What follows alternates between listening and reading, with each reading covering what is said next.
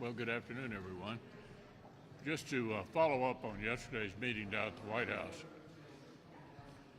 I think it was a good time to remind everyone that 7 of the last 10 times we've raised the debt ceiling, it's had something attached to it, almost always related to spending, not surprisingly. So the notion that this is unheard of is nonsense.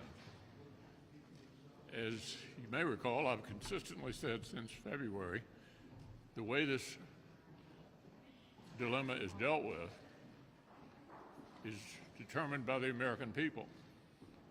They gave us divided government, just like they did in 2019, when I had to tell President Trump something he was not anxious to hear, which that he needed to reach an agreement with Nancy Pelosi on this issue.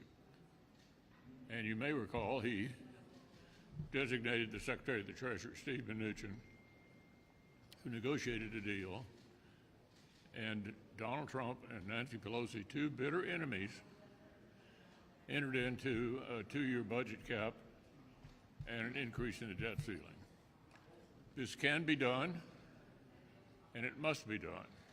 America is not going to default, and for whatever may have been said publicly after the meeting yesterday, the fact of the matter is, ultimately, an agreement will be reached between Joe Biden and Kevin McCarthy, and the country will not default.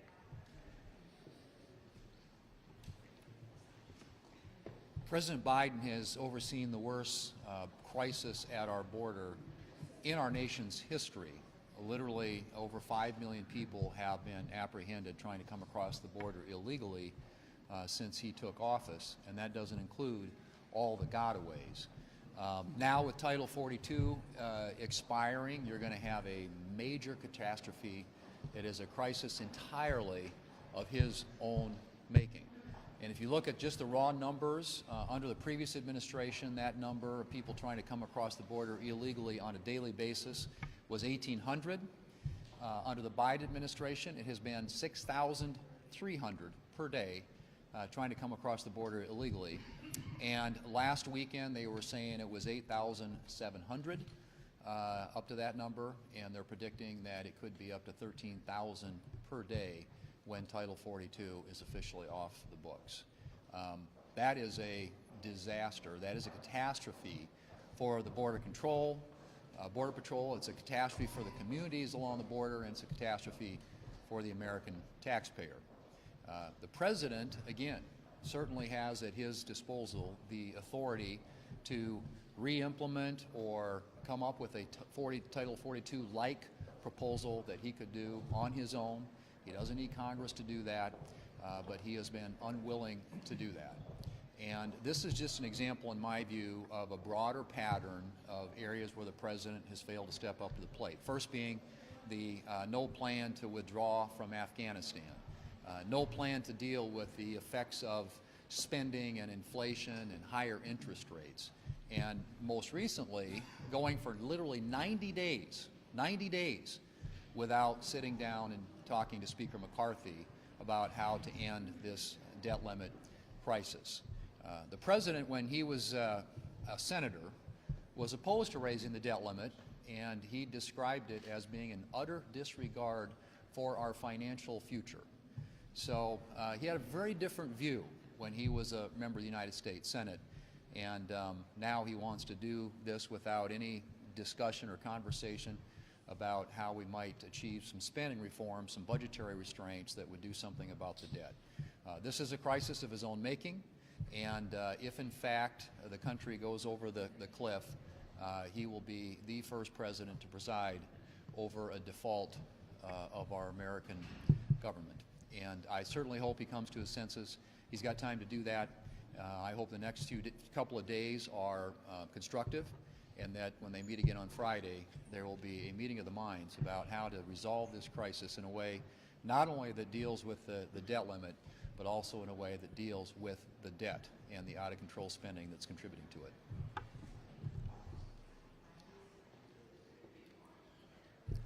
We have a dangerous and deadly national security crisis unfolding at our southern border, and the crisis is soon to become a catastrophe. And this has Joe Biden written all over it, because on his first day in office, he started rolling out executive orders that rolled out the red carpet for illegal immigrants to come to the United States, to the point that now 5 million illegal immigrants have come, and yesterday over 10,000, which is the highest number ever. Now, so much of this is orchestrated by criminal cartels.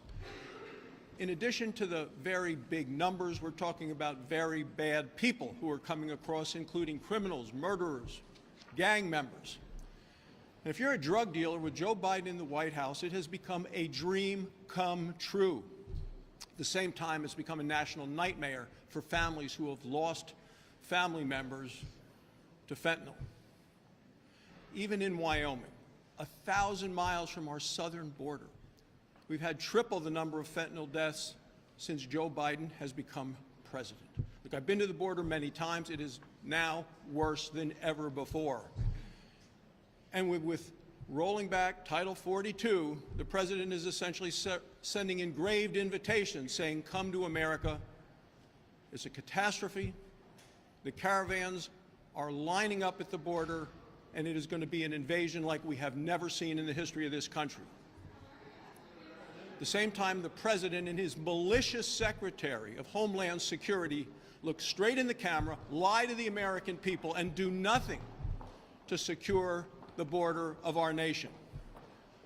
Astonishingly, on Friday night, the president did a television interview where he told the people, and he looked dazed and confused a bit during the interview, but he told people that he knew more than the vast majority of people. Well, Mr. Know-it-all, if you know more, you ought to start listening to the Border Patrol, because they know what works. They have been telling us. It is follow the law, finish the wall, and finally bring back the Remain in Mexico policy. You know why? Because it worked.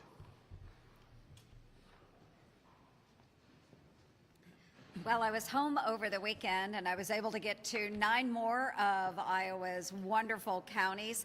And top of mind for all of our folks back home, just in the conversations and the town halls that I had, was, of course, inflation and Washington's spending.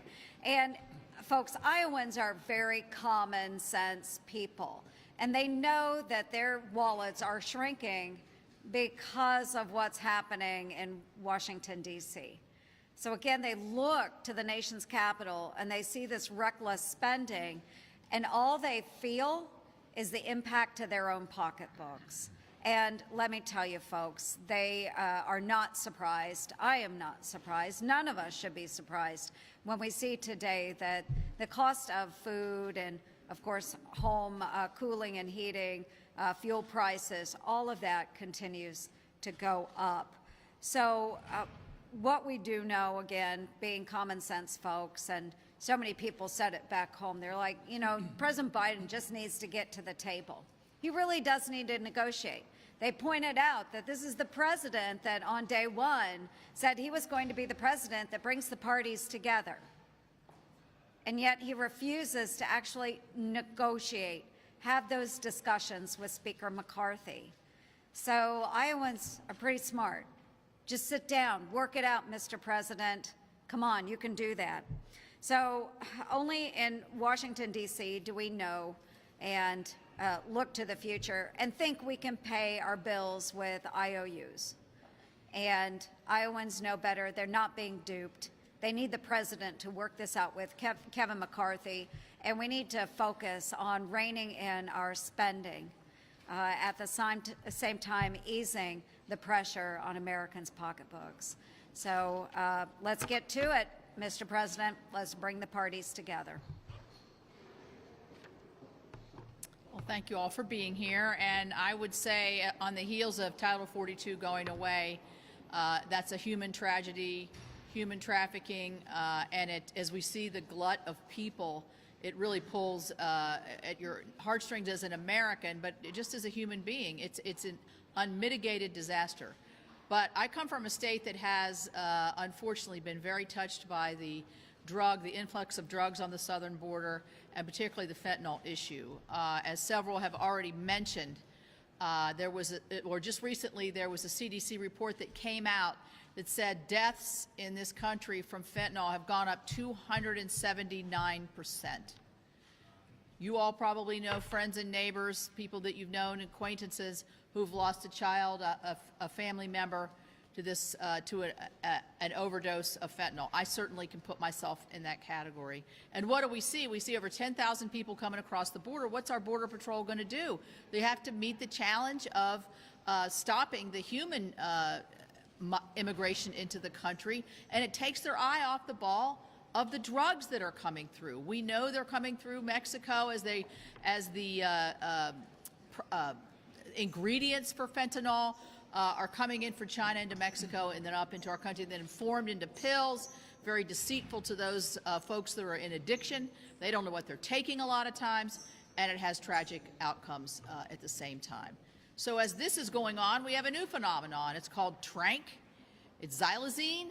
They're mixing xylazine with fentanyl, and it's presenting just a deadly combination and killing people. So if for no other reason, which I can think of about 10,000 yesterday, for no other reason to get a hold of the border crisis and to make sure that the president is facing this, to stop this illicit drug trafficking that's killing Americans everywhere in this country. That, to me, is a driving force for the president to get on the ball in his administration to find a better way.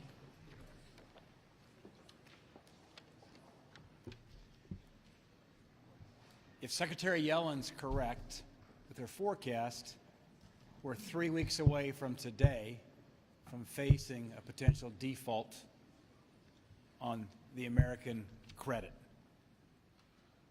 A default would throw financial markets, not only the United States, into turmoil, but the global markets as well. When banks at this time in our history are already concerned about stability, when banks are having to fight the sudden increase in interest rates, and what that's meaning right now in terms of ensuring they keep their balance sheets in good shape and liquidity. So where are we at this moment in history? I'm proud of Speaker McCarthy, who didn't take a look at this looming crisis and say we're going to wait until we get up to the edge of the cliff and do nothing. He pulled Republicans together in the House and passed a responsible bill that lifts the debt ceiling in exchange for some spending restraints and reforms to the way the government spends money. 65% of the American people in a Harvard-Harris poll are on the side of that principle. You can't raise the debt ceiling without having some sort of responsible spending and budget reforms put in place. The president and the Democrats are in the minority as it relates to the public opinion in this country. He's playing a very, very dangerous game. And the fact that he literally shut Kevin McCarthy out for 90 days, kind of hoping he may back Washington, D.C. into a crisis and perhaps get his way, is irresponsible. It's reckless.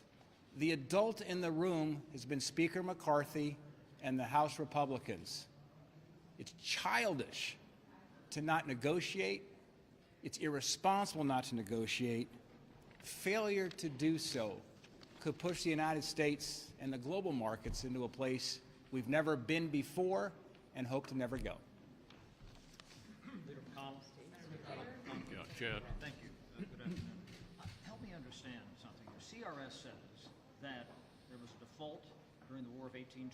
Depending on who you talk to, there were defaults in the 1970s here. You say this has never happened before. But explain in detail why you're so convinced that they would not fault. Now, what do you know, or is this just a feel thing based on, for the most part, history? Well, the history of this issue is that the negotiating partners understand default is not an option. And that's why we always ultimately settle on some agreement. That has happened every time in the past, and it will happen again this time. The agreement is made by those who have political power. Those are given by elections. We have divided government. There has to be an agreement between the Speaker and the President, and there will be. And the sooner they get started talking directly or through their designees, the sooner we'll get an outcome. Leader McConnell, do you accept as legitimate the verdict in New York finding that Donald Trump was liable for sexual abuse and defamation? That's about presidential politics, and that'll all be settled in the primaries next year. What about the verdict itself, the merits of the verdict? It's all, I don't have any observations about it. The American people are going to have to decide, particularly Republicans and Democrats, who they want to run for president next year. You've always been a staunch supporter of the military. I wonder what you made of General Austin is out today with really stern warnings about readiness, also talking about profound confusion and disturbance for service members and their families as a result of Senator Tuberville's blockade of defense nominees. Do you still support that, or what's the way out of this? You have to ask Senator Tuberville about that. Do you support him? No, I don't support putting a hold on military nominations. I don't support that, but as to why, you need to ask Senator Tuberville. Leader McConnell, do you feel like this verdict, this E. Jean Carroll verdict, makes it harder for for Trump to win in a general election? Does it make it harder for you to win your Senate races in 2024? Well, there's no question the presidential race is going on pretty early, and the Republican primary voters are going to determine sometime next year who they want to be the nominee, and I don't have any advice to give them. Would you support him?